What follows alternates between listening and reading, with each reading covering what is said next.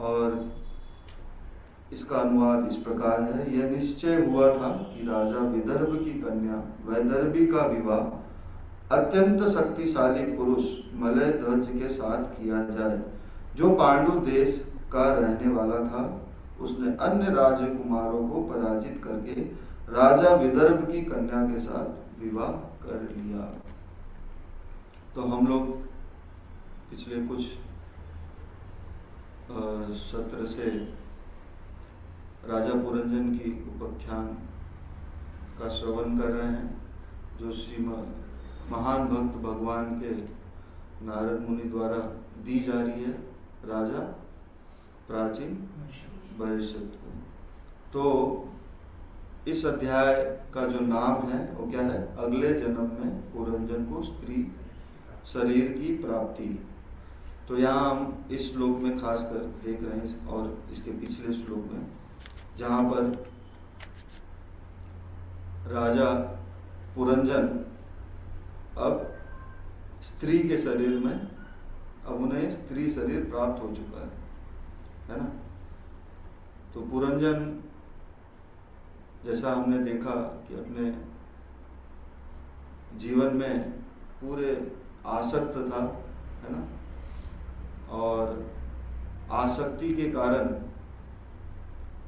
अंत समय में वो अपने पत्नी का स्मरण करते हुए, अर्थात अपनी बद्ध जीवात्मा जीव की अवस्था में आसक्त बुद्धि के में लिप्त था, जिसकी वजह से उसका जब शरीर छूटा तो उस समय यम यम वापि स्मरण भाव त्यजते अन्ते कलेवरम, यानी अंत समय में जिस चीज का भी आप, यानी जिस जीव का भी आप स्मरण करेंगे, उसी भाव को आप अगले जीवन में प्राप्त करेंगे।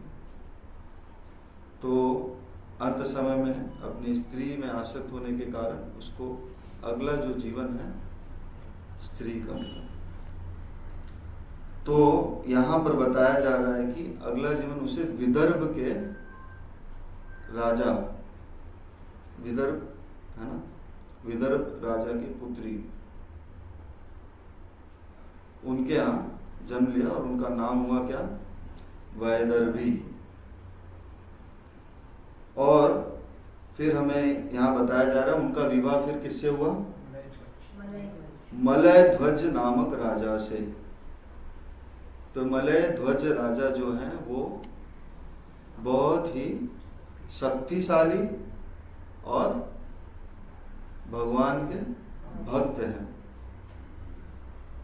आगे और श्लोकों में हम जाएंगे तो हमें पता चलेगा कि इस जन्म में कैसे पुरंजनी, यानी जो पिछले वैदर्भी, अपने मलय ध्वज राजा की सेवा करते हुए और दोनों ही जन भक्ति करते हुए आगे वानप्रस्थ के लिए जाते हैं, और फिर आगे हम और उसके विशेष जानेंगे कैसे है। तो यहाँ पर मलय ध्वज, जैसे कि क्षत्रियों में प्रभुपाद जी बता रहे हैं प्रचलन है, और हमने देखा भी है कि क्षत्रिय क्या होते हैं? शक्तिशाली होते हैं, उन्हें राज्य चलाना होता है। तो जब कोई अपनी पुत्री का विवाह करता है तो वो कुछ मापदंड रखता है, स्वयंवर रखता है, और उसमें कुछ मापदंड रखता है कि अगर कोई राजा इस मापदंड को पूर्ण करे तो अपनी पुत्री का विवाह उस राजा से कर लेंगे, है ना। जैसे कि द्रौपदी का यहाँ पर दिया है, राजा द्रुपद ने स्वयंवर रखा था जिसमें उन्होंने शर्त रखी थी कि जो मछली के आँख को भेदेगा वो ही मेरी पुत्री से विवाह करने योग्य होगा। तो ऐसे पराक्रम दिखाने पड़ते थे, है ना। तो मलय ध्वज, मलय शब्द का अर्थ क्या है? पर्वत। पर्वत। और पर्वत भी कैसा? पर्वत कैसा होता है? पर्वत का एक गुण है, अटल होता है, स्थिर होता है ना, एक जगह स्थित होता है। पर्वत को हिलाया जा सकता है। आजकल हम लोग देखते हैं कि वृक्ष को जड़ से आप निकाल कर एक दूसरी जगह रख सकते हैं, है ना, टेक्नोलॉजी के माध्यम से ये संभव है। पर क्या किसी एक पर्वत को उठाकर हम दूसरी जगह रख सकते हैं? नहीं। क्यों नहीं रख सकते? पर्वत बहुत अटल होता है, एक जगह स्थिर होता है। और यहाँ उस राजा को संबोधित करते हुए ये दो शब्द आ रहे हैं, मलय ध्वज। तो मलय का मतलब अपने स्थिति में अडिग रहना, और ध्वजा, जैसे हम देखते हैं पर्वत पे कोई विजय पा लेता है तो क्या करता है वो? ट्रैकिंग के लिए जाते हैं ना, एवरेस्ट पे या फोर्ट पे जाते हैं। आजकल हम देखते हैं काफी लोग ट्रैकिंग का शौक रखते हैं। तो जब वो अपने ट्रैकिंग कर कर वहाँ डेस्टिनेशन पे पहुंच जाते हैं, गंतव्य स्थान पर, तो वहां पर अपना एक पटाखा, एक ध्वजा रखते हैं। तो ध्वजा क्या सूचित करता है? विजय को सूचित करता है, विक्ट्री। विक्ट्री को सूचित करता है। तो ये मलय ध्वज एक ऐसे वैष्णव के को संबोधित किया जा रहा है जो अपने भक्ति में दृढ़ है और साथ में और विक्ट्री भी प्राप्त किया है, उन्होंने विजय भी प्राप्त किया है। इसका मतलब अब ये स्थिर कैसे हो? क्योंकि हम देखते हैं बहुत बार भक्ति में हम बहुत उत्साहपूर्वक जुड़ते हैं, है ना, क्योंकि हमें ऐसे कुछ चीजें भक्ति में दिखती है जिसकी हम खोज कर रहे हैं, आनंद की खोज कर रहे हैं, है ना। बट हमारा स्वभाव है एक जगह, मन हमारा चंचल इतना है, एक जगह स्थिर नहीं रहता है। तो हम लोग क्या करते हैं, एक जगह से दूसरी जगह से ढूंढते रहते हैं, आनंद की खोज करते रहते हैं। तो ऐसे हम भक्ति में भी जब आते हैं शुरुआत में, तो हमें ऐसा लगता है कि हम इसी की तो तलाश में थे इतने दिनों से, और वो हमें मिलता है। पर क्या होता है, हमारा इतने जन्मों का जो पाप और पुण्य, पाप भी हमने कमाया है, पुण्य भी कमाया है ना। ऐसा नहीं कि खाली हमने पुण्य ही किया है और ना कि ऐसा कि खाली पाप कर्म ही किया है। दोनों के मिश्रित की वजह से क्या हो रहा है, हमारा जो चेतना है वो शुद्ध नहीं है, मिश्रित है। और फिर हम क्या करते हैं, कुछ क्षणिक आनंद हम उस भक्ति में भी खोजने लगते हैं, है ना। पर उस क्षणिक आनंद को हम मिटा सकते हैं, परमानंद को प्राप्त कर सकते हैं। उसके लिए क्या करना पड़ेगा, अपनी साधना को अटल करना पड़ेगा, अटल करना पड़ेगा। इसलिए हम देखते हैं भक्त जब नए नए आते हैं तो बहुत उत्साहित होते हैं, पर कुछ उनके मन अनुसार कार्य नहीं होते हैं, है ना। जैसे कि हॉस्पिटल में सब रोगी आते हैं अपने चिकित्सा, अपने रोगों का निवारण करने के लिए, है ना। पर कुछ रहकर पूरी तरह से समाप्त करते हैं, और कुछ क्या करते हैं, कुछ ही समय में डिस्चार्ज ले लेते हैं, हाँ? एक डॉक्टर से दूसरे डॉक्टर, हाँ? पर अगर हमें पूरी तरह से उसका निवारण करना, तो हमें क्या करना होगा, जो भी डॉक्टर हमें प्रिस्क्राइब करता है, निर्देश देता है, उसका पूर्ण रूप से क्या करना होगा, पालन करना पड़ेगा। तो ही हम उस रोग को मिटा सकते हैं। हमने डॉक्टर का प्रिस्क्रिप्शन सुना, निर्देश सुना, पर अगर हम पालन नहीं कर रहे हैं तो क्या होगा, क्या रोग का निवारण होगा, नहीं होगा। फिर हम उस रोग को, वो रोग बढ़ते चला जाएगा, बढ़ते चला जाएगा। तो इस रोग का निवारण क्या है, हर रोज नित्यम नित्यम भागवत सेवया, ओकेशनली नहीं, नित्यम भागवत सेवया। ओकेशनली करेंगे, अगर हम वीक में 7 दिन है और हम सोच रहे हैं कि एक दिन हम अगर भागवतम का सेवन करेंगे, तो बाकी 6 दिन हम क्या कर रहे हैं, माया से लड़ रहे हैं। माया हमें नाना प्रकार के कार्यों में लगा रही है और आनंद का हमें ऐसा लग रहा है वो आनंद है, पर वास्तविकता में वो आनंद है नहीं।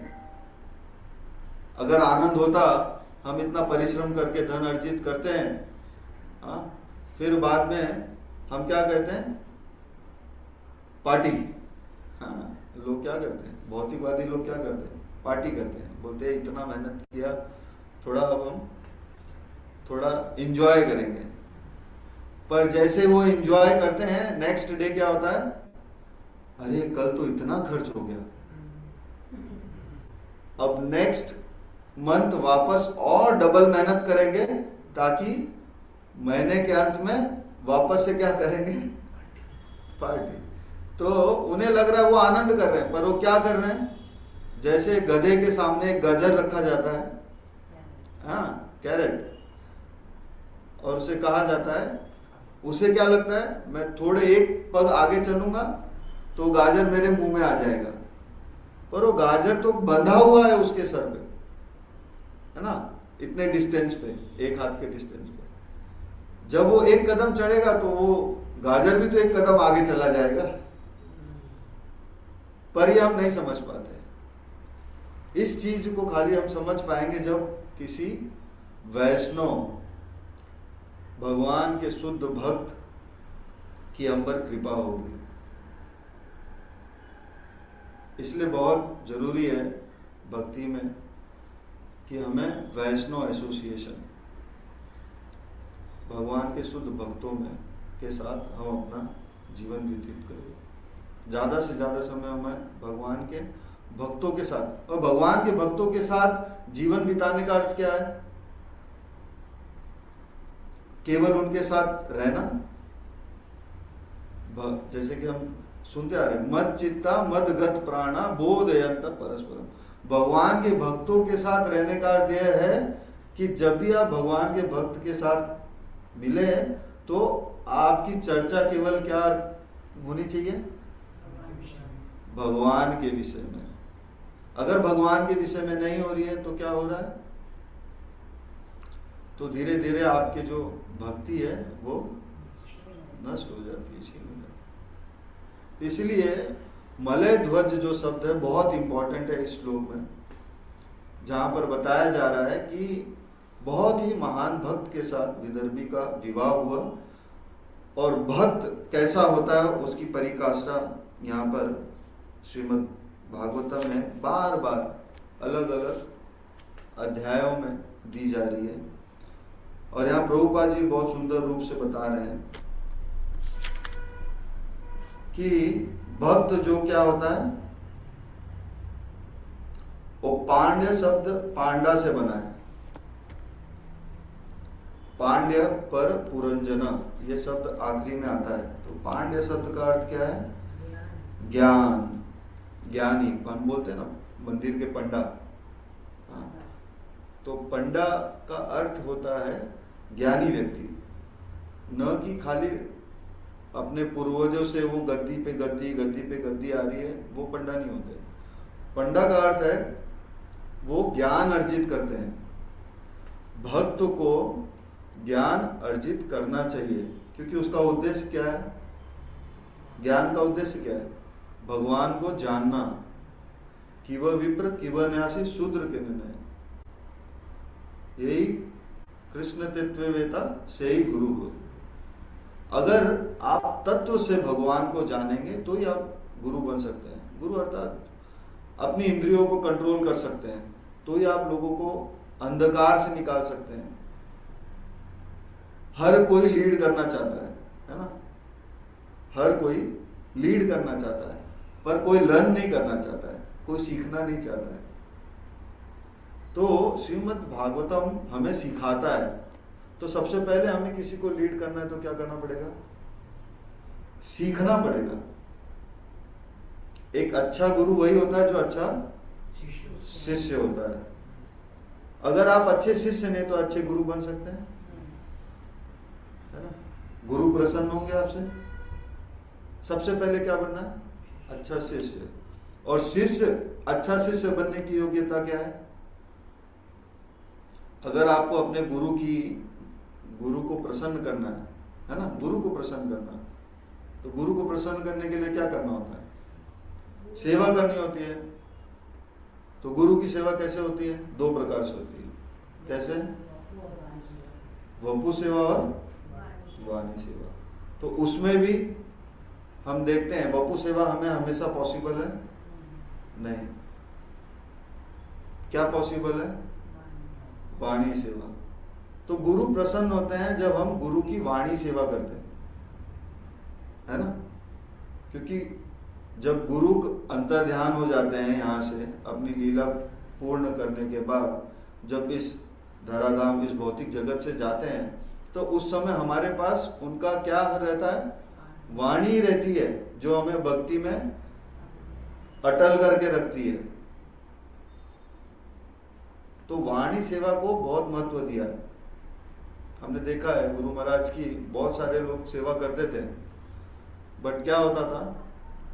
गुरु महाराज हमेशा उनको बोलते थे, अरे आप यहाँ जाओ, यहाँ सेवा करो, वहां जाओ सेवा करो। वो नहीं चाहते थे अपने पास बहुत ज्यादा सेवक। क्या करते थे वो? और फिर वो सेवक जब कुछ कार्य करके जाकर जब गुरु महाराज को बताते थे, जैसे प्रभुपाद महाराज और हमारे परम पूज्य गोपाल कृष्ण गोस्वामी महाराज, वो जब भी प्रभुपाद जी से मिलने जाते थे तो खाली ऐसे ही नहीं जाते थे मिलने, वो हर बार जाते थे तो एक नई पुस्तक का अलग अलग भाषाओं में उसका अनुवाद यानी उसका ट्रांसलेशन करके और नई पुस्तक लेके जाते थे। तो गुरु महाराज प्रसन्न होते थे। तो ऐसे गुरु प्रसन्न होते जब वो देखते कि उनके शिष्य उनकी वाणी का आदर कर रहे हैं और पालन कर रहे हैं। तो हमें देखना चाहिए कि हम गुरु को कैसे प्रसन्न कर रहे हैं। और जो शुद्ध भक्त होता है उसके जीवन का 2 ही कार्य होता है, गुरु और कृष्ण को प्रसन्न करना। हम डायरेक्ट कृष्ण को भी प्रसन्न नहीं कर सकते, गुरु के माध्यम से जा सकते हैं। तो जो पताका यहाँ मलय ध्वज, ध्वज जो शब्द है, तो वैष्णव क्या करता है? पहले अपने आप को ट्रेन करता है। 1 साल 2 साल 3 साल 4 साल 5 साल नहीं, ने पूरे जीवन में ट्रेनिंग लेता है। श्रील प्रभुपाद जी ने पूरे विश्व में अंतरराष्ट्रीय कृष्ण भावनामृत संघ को स्थापित किया, ध्वजा लहराई सनातन धर्म की पूरे विश्व में। तो वो सीधा अपने उम्र के 69 वर्ष हम सुनते हैं ना, 69 के हो गए, फिर वो गए। हाँ, तो वो एक दिन में वो चमत्कार हो गया। उन्होंने अपने पूरे जीवन में अपनी साधना को पहले प्रबल किया, अपने गुरु के आदेश को पालन किया, अपने गुरु को सेवा किया। और उनकी इच्छा क्या थी कि कैसे मैं अपने गुरु के आदेश को पूर्ण करूंगा। पूरे जीवन पर्यंत उन्होंने क्या किया? जब तक वो भक्ति सिद्धांत सरस्वती महाराज ने श्री प्रभुपाद जी को क्या आदेश दिया था, कोई बताएगा? वेस्ट में जाके प्रचार करने के लिए। वेस्ट में जाकर प्रचार करना, है ना, वेस्ट में जाकर प्रचार करना। और जब भी आपके पास अगर धन हो तो आप क्या करेंगे? पुस्तकों का प्रकाशन और डिस्ट्रीब्यूशन, प्रकाशन और डिस्ट्रीब्यूशन। तो पहले उन्होंने कहा एक स्थापित करने, उन्होंने पहले प्रकाशन किया। तो प्रभुपाद जी उस समय, आज तो बहुत टेक्नोलॉजी आ गई है, आपको लिखने की भी, टाइप करने की भी जरूरत नहीं है। आप खाली ऑडियो से बोलो तो ऑटोमेटिक टाइप हो जाता है, होता है ना, एआई के माध्यम से। चैट जीपीटी, एआई, जेमिनी, तो आजकल बहुत साधन हो गया। पर जिस समय प्रभुपाद जी प्रचार कर रहे थे उस समय वह रिकॉर्डिंग करते थे, फिर भक्त लोग टाइप करते थे। ये तो चलो जब पाश्चात्य देश में चले गए तब की बात है।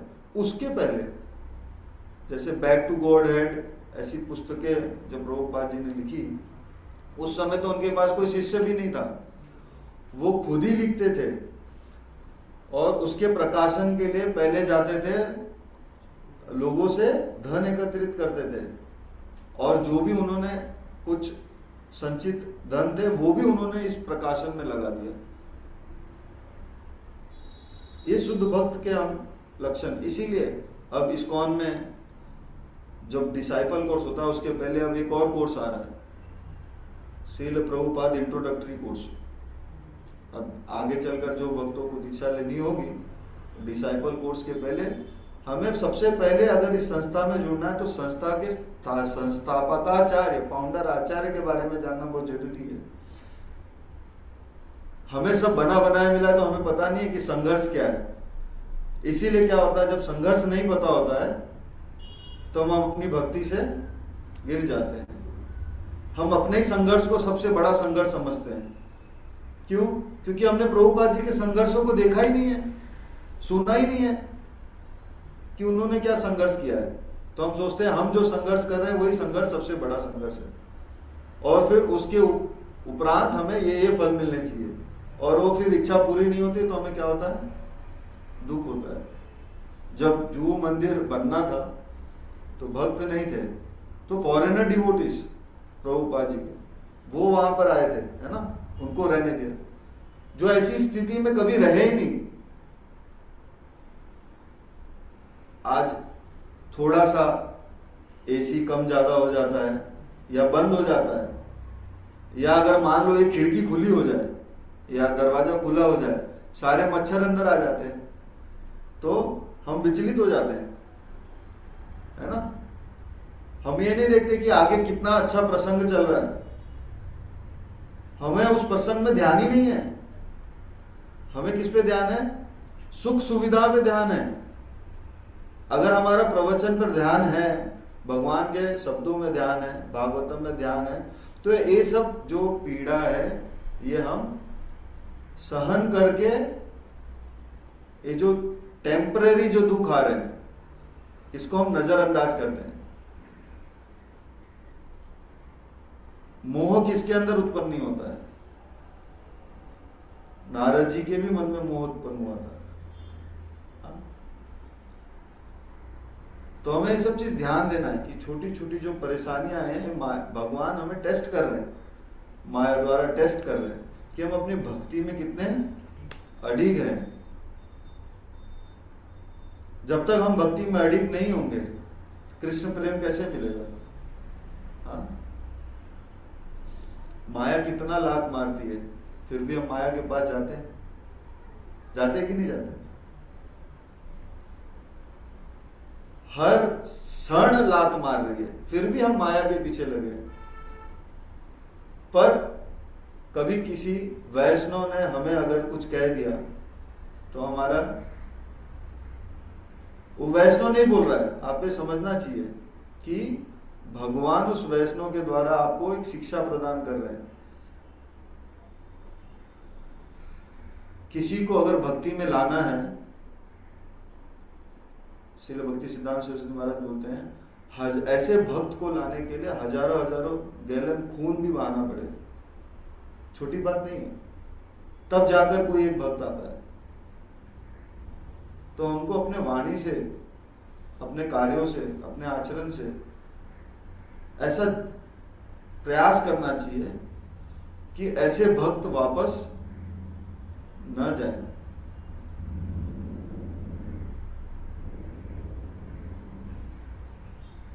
यहां मलय ध्वज, तो जब तक हम अपनी भक्ति में अडिग नहीं रहेंगे तो ये सब जो टेम्पररी जो आएगा इसमें हम विचलित हो जाएंगे, और ये बार बार टेस्ट करना आता रहेगा आपको टेस्ट करने के लिए।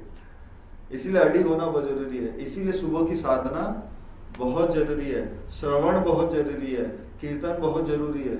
जब हम श्रवण कीर्तन करेंगे तो ही ये सब संभव है। अक्सर हम सेवा में इतने व्यस्त हो जाते हैं पर हमें अपने श्रवण और कीर्तन के लिए समय नहीं मिलता। तो जब तक हम अपने श्रवण कीर्तन में समय नहीं निकालेंगे हमारे स्वभाव में वो बदलाव आएगा नहीं? आएगा। जब हम जप करते हैं तो हमारे अंदर ह्यूमिलिटी, हम्बलनेस आता है। जब हम प्रभुपाद जी के बुक वितरण करते हैं, है ना, आजकल हम देखते हैं लोग बहुत उत्साहपूर्वक लोगों को अन्न बांटते हैं। क्यों? वो सोचते हैं अन्न बांटना खाली एक पुण्य का कार्य,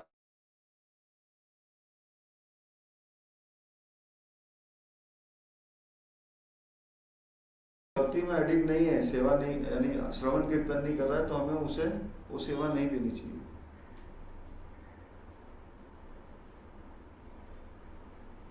क्योंकि वो अपराध हो सकता है।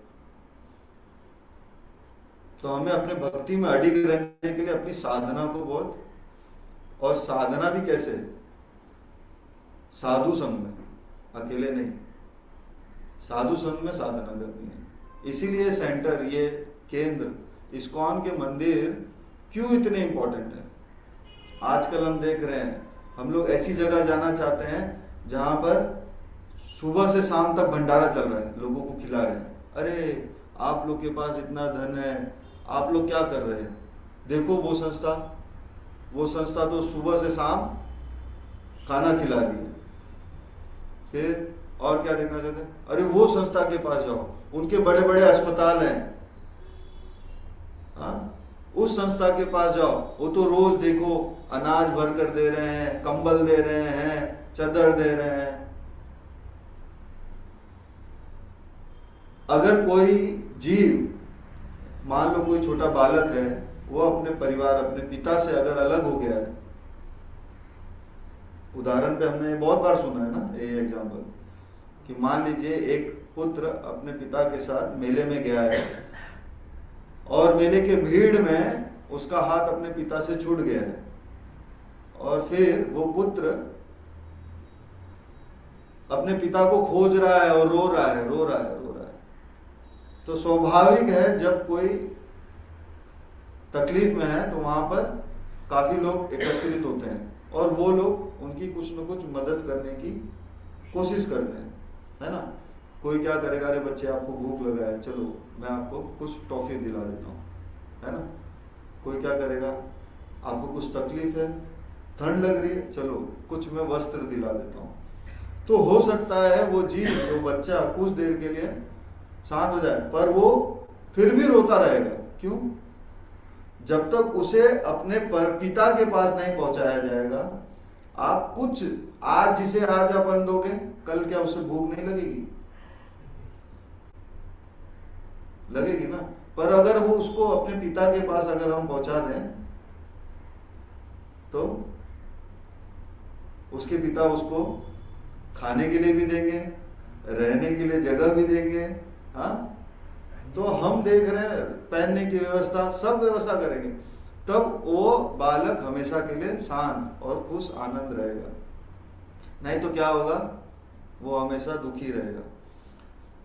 तो वास्तविकता में मंदिर का कार्य क्या है? मंदिर का कार्य है भगवान के विषय में लोगों को बताना। उनका कार्य ये सब नहीं है। ये सब तो वो कर रहे हैं, चलो ठीक है, लोग क्योंकि इसी से आते हैं, इसके माध्यम से आते हैं, बट ये उद्देश्य नहीं है। इसी सिद्धांत को स्थापित करने के लिए भक्ति सिद्धांत सरस्वती महाराज, क्योंकि जब आपको सिद्धांत को स्थापित करना होता है, सिद्धांत का ध्वजा लहराना होता है, तो क्या करना होता है? सबसे पहले जो अप सिद्धांत है, जो कैतव धर्म है, उस धर्म से आपको वैराग्य, उस धर्म से आपको वैराग्य उत्पन्न करना पड़ेगा। जब तक आप उस कैतव धर्म को नहीं छोड़ेंगे, तब तक आप असली धर्म को नहीं जान सकते। तो यहाँ नारद जी राजा प्राचीन बहिर्सत को यही चीज दे रहे, क्योंकि वो कर्म कांड में लगे हुए थे। ये पूरा राजा पुरंजन का जो उपाख्यान है, यही समझाने के लिए कि नाना प्रकार के धर्म से जो हम जुड़े हैं, जब तक इस धर्मों से हम उपधर्म, धर्म भी नहीं उपधर्म, कुछ लोग एकदम तामसिक, एकदम आजकल क्या होता है, लोग शास्त्र का उदाहरण लेके बोलते, अरे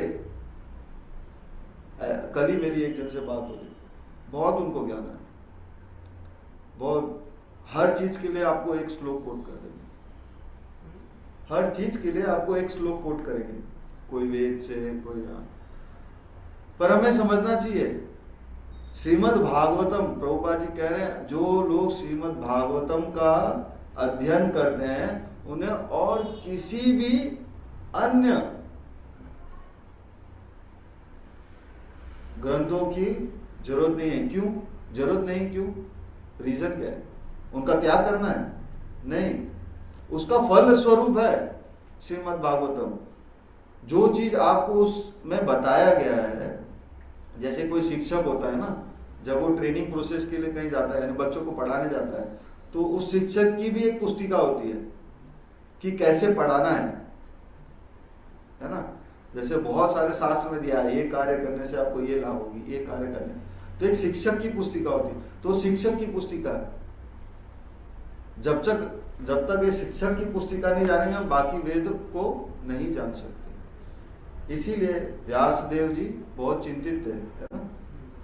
उनको आनंद नहीं हुआ क्योंकि उन्होंने पूरा इतने सारे ग्रंथ, पुराण, उपनिषद लिख दिए, फिर भी उनको संतुष्टि नहीं हुई। क्यों?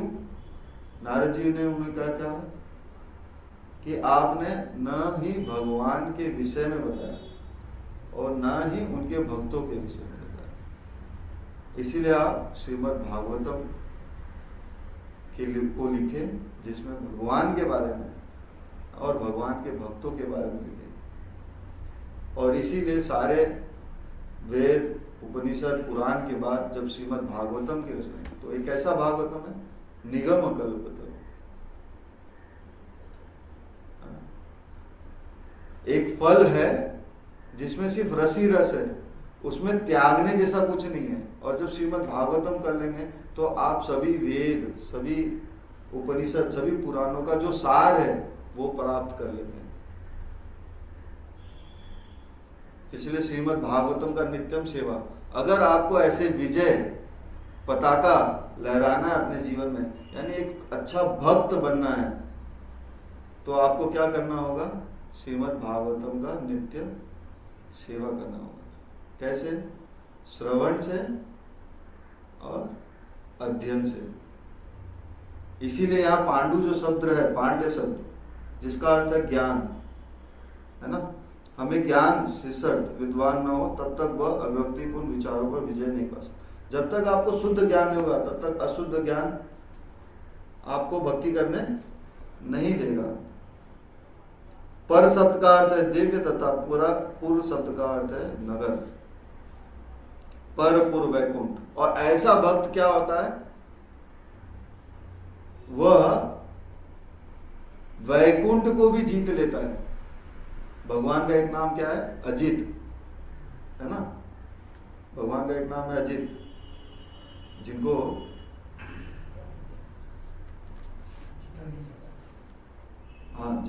जिनको कोई भी नहीं जीत सकता। पर ऐसे भगवान अजित भी क्या है? वो भक्तों से हार जाते हैं, भक्त उनको जीत लेते हैं।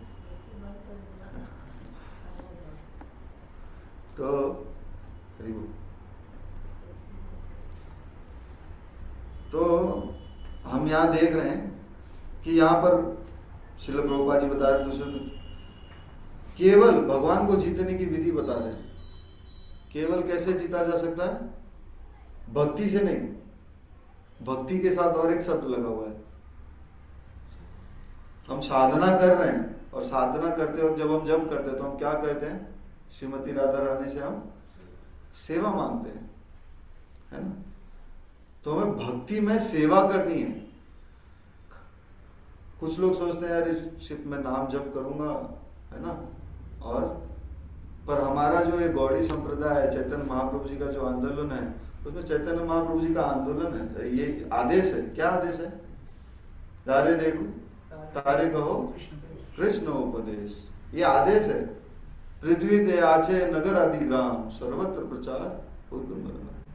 इसीलिए इस श्री चैतन्य महाप्रभु जी के इस आंदोलन में अंतरराष्ट्रीय कृष्ण भावनामृत संघ आप देख सकते हैं पूरे विश्व में सनातन धर्म का ध्वजा लहरा रहा है। क्यों? हम लोग खाली एक नाचने गाने वाली संस्था नहीं है। यहाँ पर सुबह श्रीमद् भागवतम उस भगवत गीता के माध्यम से उत्साहित भक्त वो प्रचार के लिए बाहर जाते हैं, रास्ते पर जाते हैं, लोगों के पास जाते हैं, सिग्नल पे जाते हैं, सभी को ये ज्ञान देते हैं। सुबह और शाम ये ज्ञान अर्जित करते हैं और फिर दिन में क्या करते हैं, इसका वितरण करते हैं। कितना सुंदर दिनचर्या बनाया प्रभुपाद जी ने। तो इस प्रकार जो भगवान स्वयं भय भी जिनसे डरता है, स्वयं भय भी जिससे डरता है, पर भक्तिमय सेवा से, जैसे यहाँ उदाहरण दिया है कि यशोदा मैया, यशोदा वियोलुक लाघव मानम परमिष्टमत्यंत तो धृत्य।